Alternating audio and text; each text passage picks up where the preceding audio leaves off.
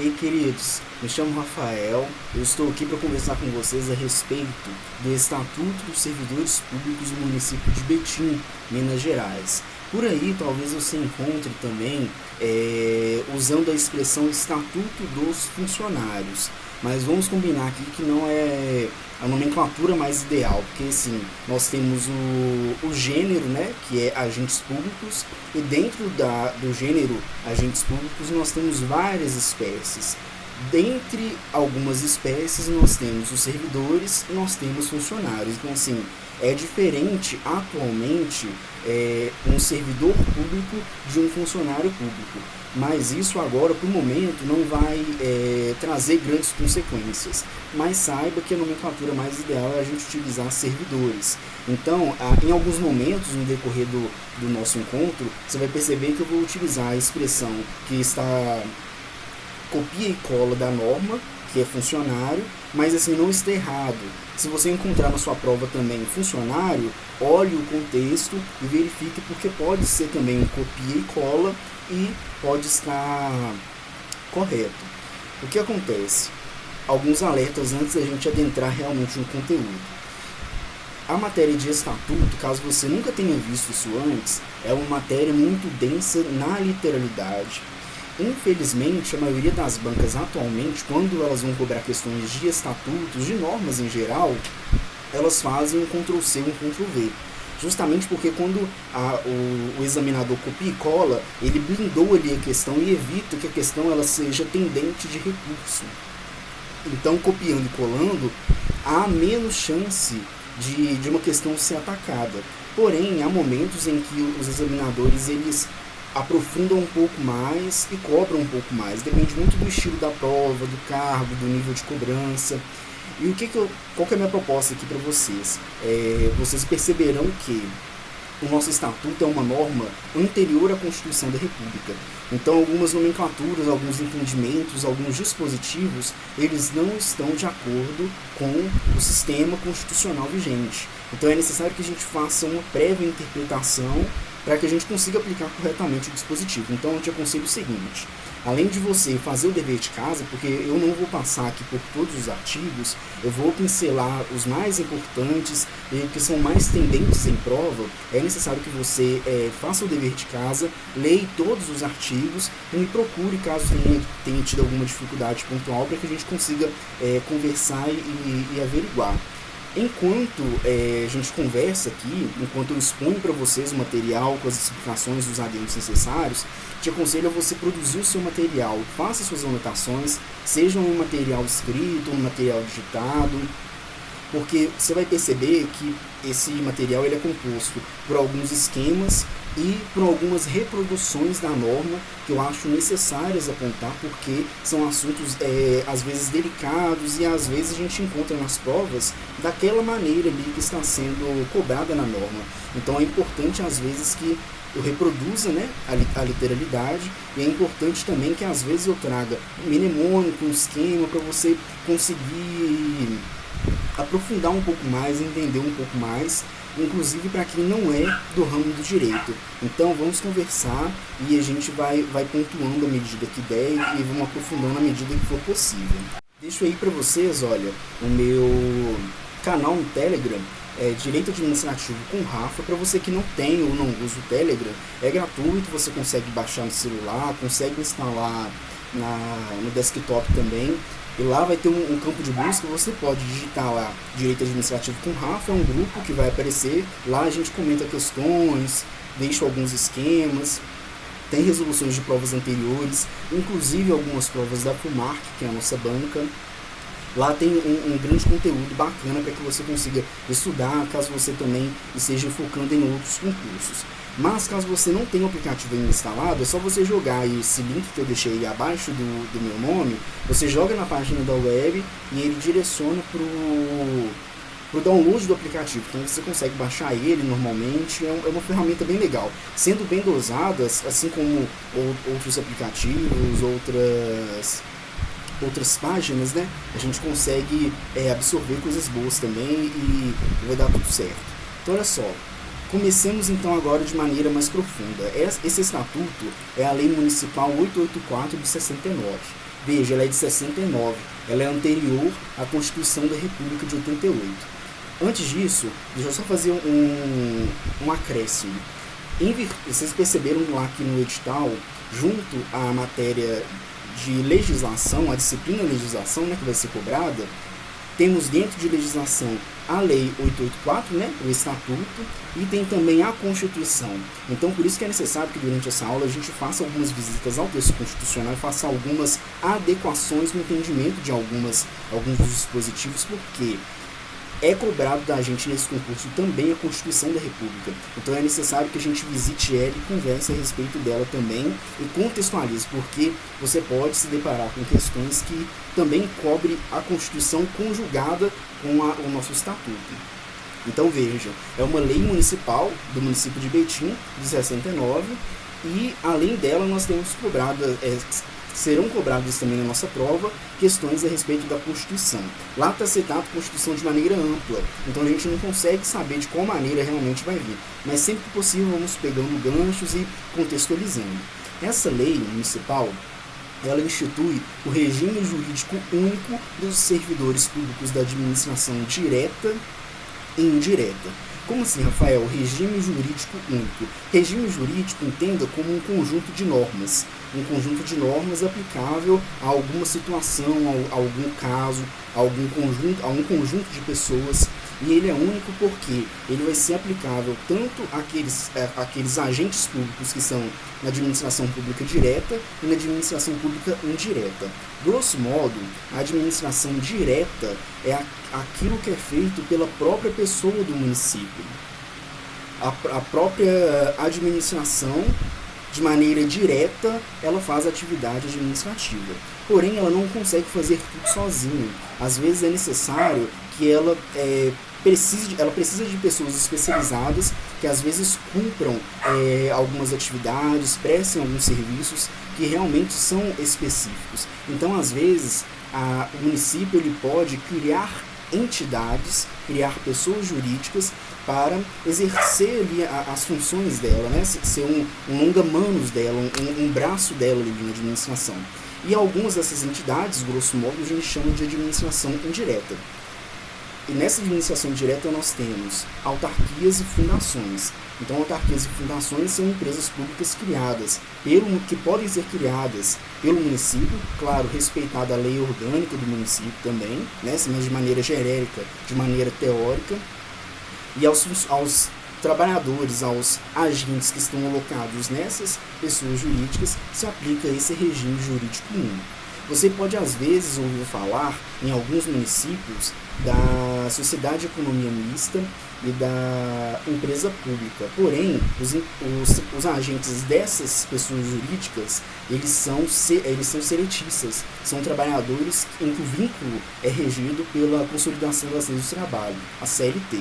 Então, assim, rapidamente, né, grosso modo, de maneira genérica, só para você entender que essa expressão aí destacada, regime jurídico único, ela tem um sentido. Então eu coloquei um filtro justamente para lembrar que a gente precisa, quando veio a Constituição de 88, é lógico que existiam normas anteriores a ela. E como é que a gente faz, Rafael? As normas anteriores, elas deixam de valer diante dessa nova Constituição? Não, porque nós temos um fenômeno no direito que chama recepção ou não recepção das normas anteriores à Constituição.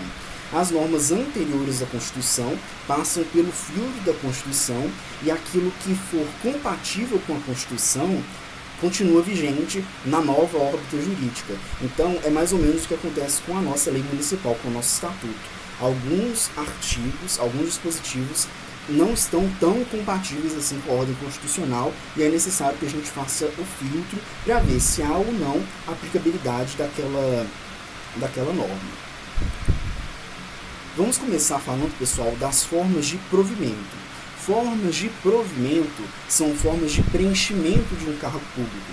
Nós temos essas formas de provimento aí que esquematizei. Olha, nomeação, promoção, acesso, transferência, reversão, aproveitamento e reintegração. Nomeação está com asterisco porque ela é a única forma de provimento originário. Como assim, Rafael? Forma de provimento originário. Na forma de provimento originário, o agente público ele não tinha um vínculo anterior com aquela administração pública. No momento em que ele é nomeado, instaura-se ali uma relação jurídica entre quem está sendo nomeado e a administração. Por isso que a doutrina costuma chamar a nomeação como uma forma de provimento originário. Perceba também que eu taxei, que eu risquei as formas de provimento, acesso e transferência. E coloquei um símbolo aí ao lado. Esse martelinho aí ao lado sempre vai sinalizar durante os nossos slides que existe algum entendimento dos tribunais a respeito desse assunto e eu sempre vou adentrar nisso para poder explicar. Embora eu fale mais pra frente, a gente vai abrir cada uma dessas formas de provimento para a gente conversar um pouco a respeito delas. Mas já adianto que acesso e transferência eu taxei porque elas não são compatíveis com a Constituição. O Supremo Tribunal Federal não aceita essas formas de provimento. Mais pra frente você vai entender por quê. Mas, Rafael, por que você trouxe elas? Porque o nosso estatuto arrola, ele lista essas formas de provimento, então se copiar e colar na sua questão, está corretíssima. Agora, a depender do contexto da questão, pode ser que te cobre um conhecimento um pouco mais aprofundado. Então veja só, vamos começar falando da nomeação, que é a nossa forma de provimento originário. As demais formas, olha só, deixa eu até voltar, as demais formas são formas de provimento derivado, porque esse novo momento vai derivar de uma relação jurídica anterior. A nomeação ela pode ser para cargos em caráter efetivo ou para cargos comissionados, para cargos em comissão. Os cargos de caráter efetivo são aqueles que o agente adentra por meio de um concurso público. O Estatuto fala, olha, quando se tratar de cargo de classe singular ou de carreira. Como assim? O cargo de carreira é aquele cargo que tem escalonamento. É como se fosse uma escadinha que no decorrer da vida funcional o servidor vai preenchendo os requisitos e vai evoluindo na carreira e vai evoluindo ali dentre aquelas classes, né, aqueles degraus. Diferente do cargo de natureza singular, que é aquele cargo que não há possibilidade de evolução. Ao contrário dos cargos em caráter efetivo, nós temos em comissão. O cargo em comissão, ele vai ser declarado por lei, assim deva ser provido. Como assim? Vai haver uma lei em que será especificado, olha, nós temos esse quantitativo de cargos em comissão. Você vai entender logo por que essa ressalva do nosso estatuto no que tange aos cargos comissionados. Há uma informação muito importante, olha só, compete, deixa eu até selecionar, compete ao prefeito, por decreto, prover os cargos públicos. Então, não é o chefe de pessoal, não é o secretário de alguma pasta, é o prefeito que, por meio de um decreto, vai prover os cargos públicos. E veja, eu grifei a palavra, destaquei aí a palavra decreto, porque o examinador costuma colocar um outro tipo, uma outra norma no lugar. Por exemplo, pode falar que é por meio de uma resolução ou que é por meio de uma lei.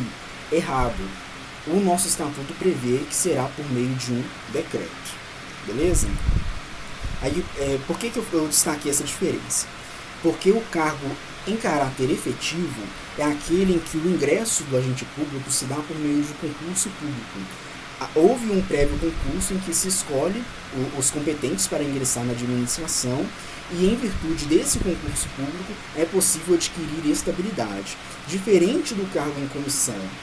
O cargo em comissão ele é de livre nomeação e livre exoneração.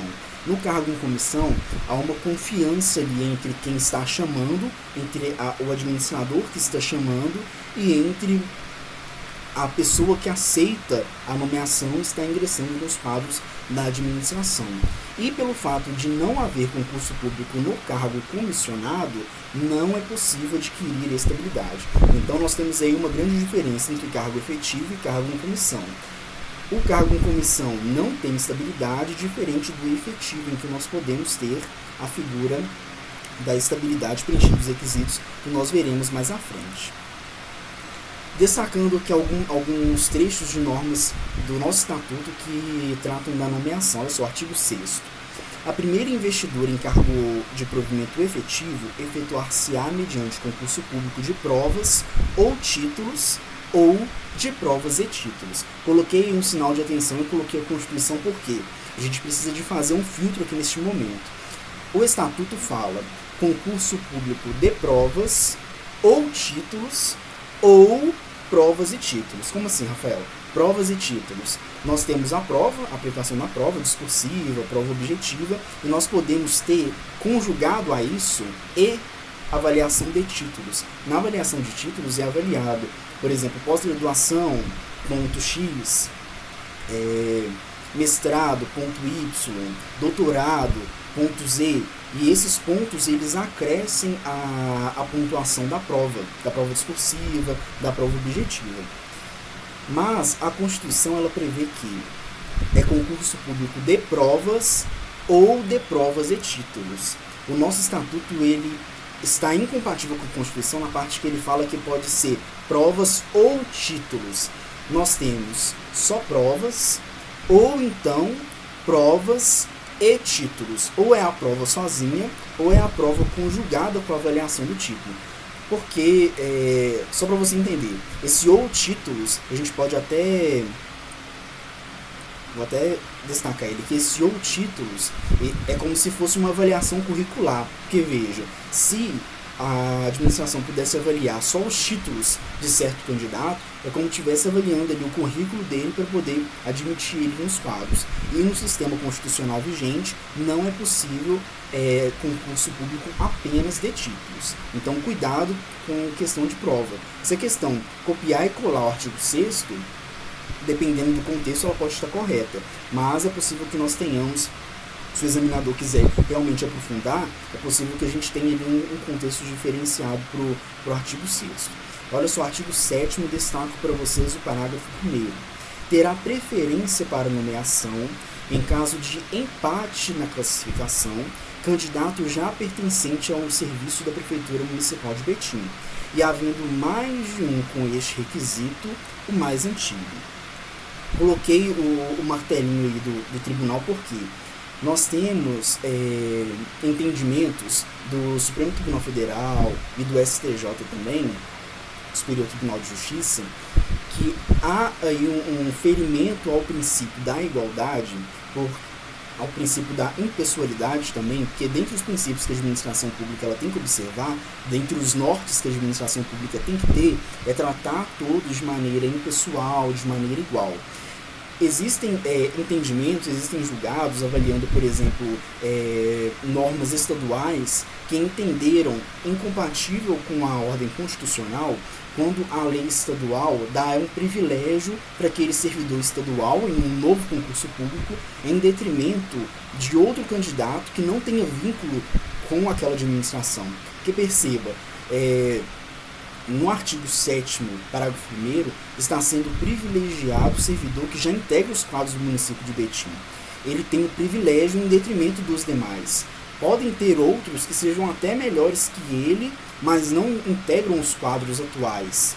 Né? Então, assim, cuidado, não estou falando aqui que é inconstitucional, estou falando que existem entendimentos, existem julgados que entenderam de maneira contrária a essas previsões em outras normas estaduais, outras normas municipais. E isso, é claro, que pode ser ponto de cobrança em prova também. Artigo 8º, vou enumerar o inciso 1, porque agora a gente começa a falar um pouco mais de concurso. Eu já falei ele agora há pouco, que tem que ser de provas ou de provas e título. É bom que você grave isso, porque isso é importantíssimo e é necessário lembrar, porque nós temos questões de provas que aprofundam, né, nessa temática, né? O artigo 8º, inciso 1, ele fala que não se publicará edital para provimento de qualquer cargo enquanto não se extinguir o período de validade de concurso anterior, havendo candidato aprovado e não convocado para investidura. Coloquei aí um ponto de atenção com a Constituição, porque na Constituição nós temos uma previsão diferente. A previsão é diferente, mas talvez não seja contraditória. Explico. Lá na Constituição nós temos a previsão assim, olha, não há problema, e o STF já entendeu isso correto também, o STF falou assim, olha, a administração ela pode instaurar um novo concurso público para selecionar novas pessoas, porém, aquelas pessoas que já participaram de um concurso público anterior, já foram selecionadas, estão classificadas, estão aguardando serem chamadas pela administração pública, elas têm preferência de nomeação em relação àqueles que estão recentemente aprovados e classificados no novo certame. Porque edital, gente, concurso público em tese demora muito. O concurso público é um procedimento administrativo em que é necessário vários conjuntos de atos, com prazos determinados, tem contratação de banca, são muitos trâmites, previsão de recurso, até que a gente tenha uma nomeação. Então, às vezes, é plenamente possível que dê tempo da administração chamar aqueles antigos que estão aguardando e só depois passar a chamar esses novos que vieram desse novo concurso. Porém, o nosso estatuto ele é um pouco mais rígido, ele fala que nem vai publicar edital enquanto tiver concurso com validade e tiver candidato aprovado que não tenha sido convocado. Então, o nosso estatuto nesse caso é um pouco mais rígido para privilegiar aqueles que já foram aprovados e estão aguardando. Eu até reproduzi aqui abaixo, olha, o artigo 37, inciso 4 da Constituição, que fala isso que eu resumi aqui para vocês. Então, adiante, olha só. Ainda falando de concurso, o nosso estatuto, em determinado momento, ela fala que é vedado o exercício gratuito de cargos públicos. Aqui não há nenhuma brecha, não há nenhuma ressalva. Fala que é vedado, e é vedado, destaquei o vedado porque a questão de prova pode trocar o vedado por permitido, por exemplo. Então é importante que você tenha isso em mente. Ainda no artigo 8º, olha, inciso 2. Independerá de limite de idade a inscrição em concurso de ocupante de cargo de provimento efetivo na Prefeitura Municipal de Betim.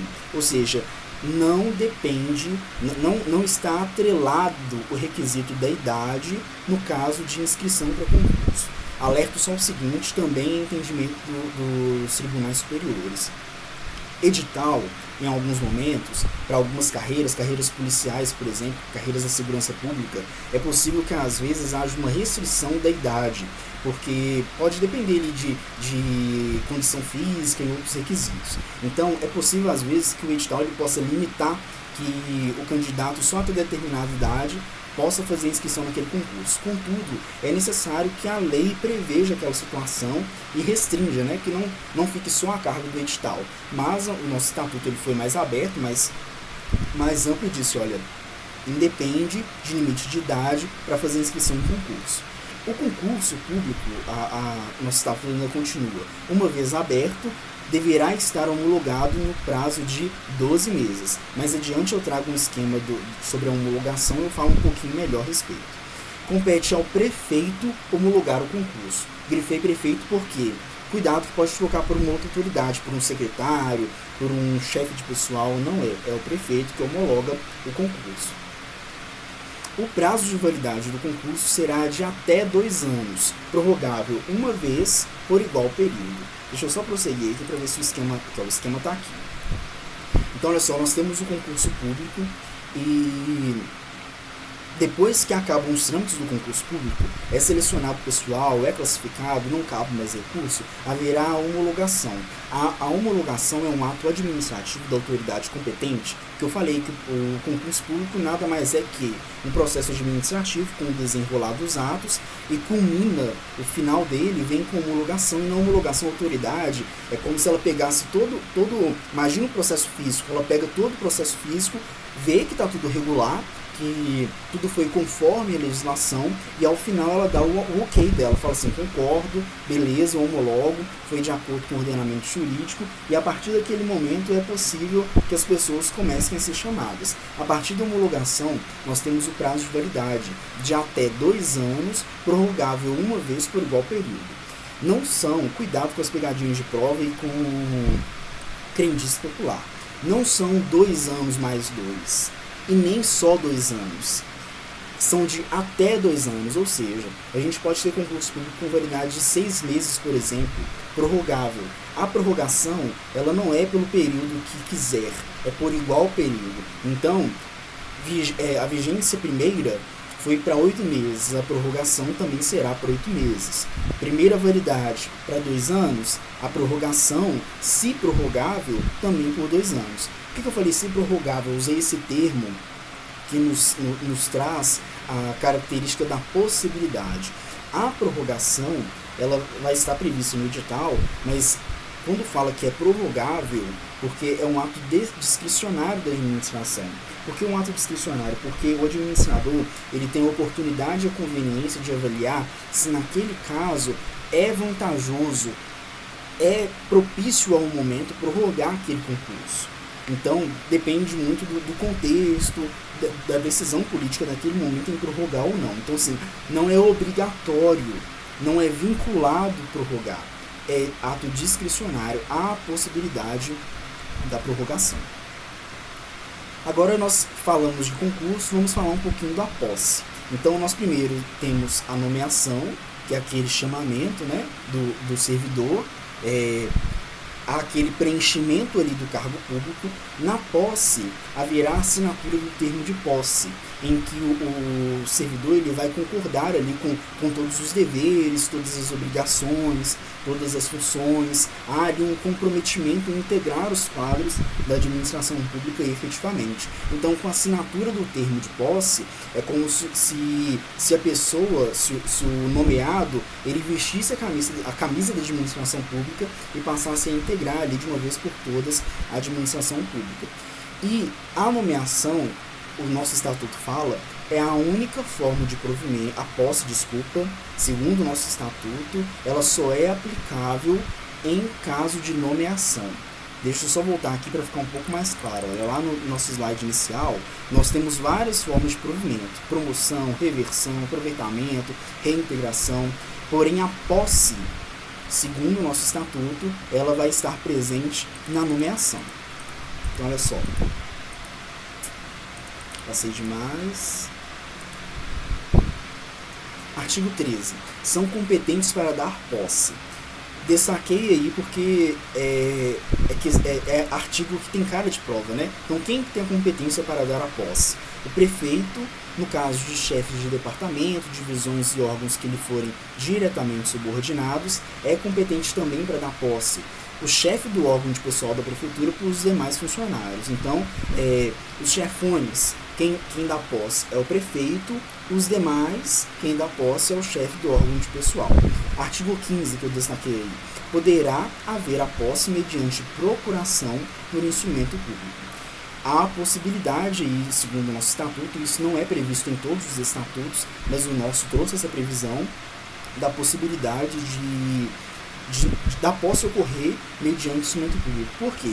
Às vezes o servidor, ele mora longe, ou ele está viajando, está em trânsito para saindo de outro estado, vir para a prefeitura, então às vezes ele não está naquele momento da posse para assinar o termo de posse. Então o estatuto ele possibilitou a utilização de um procurador para que o procurador tome posse no nome dele.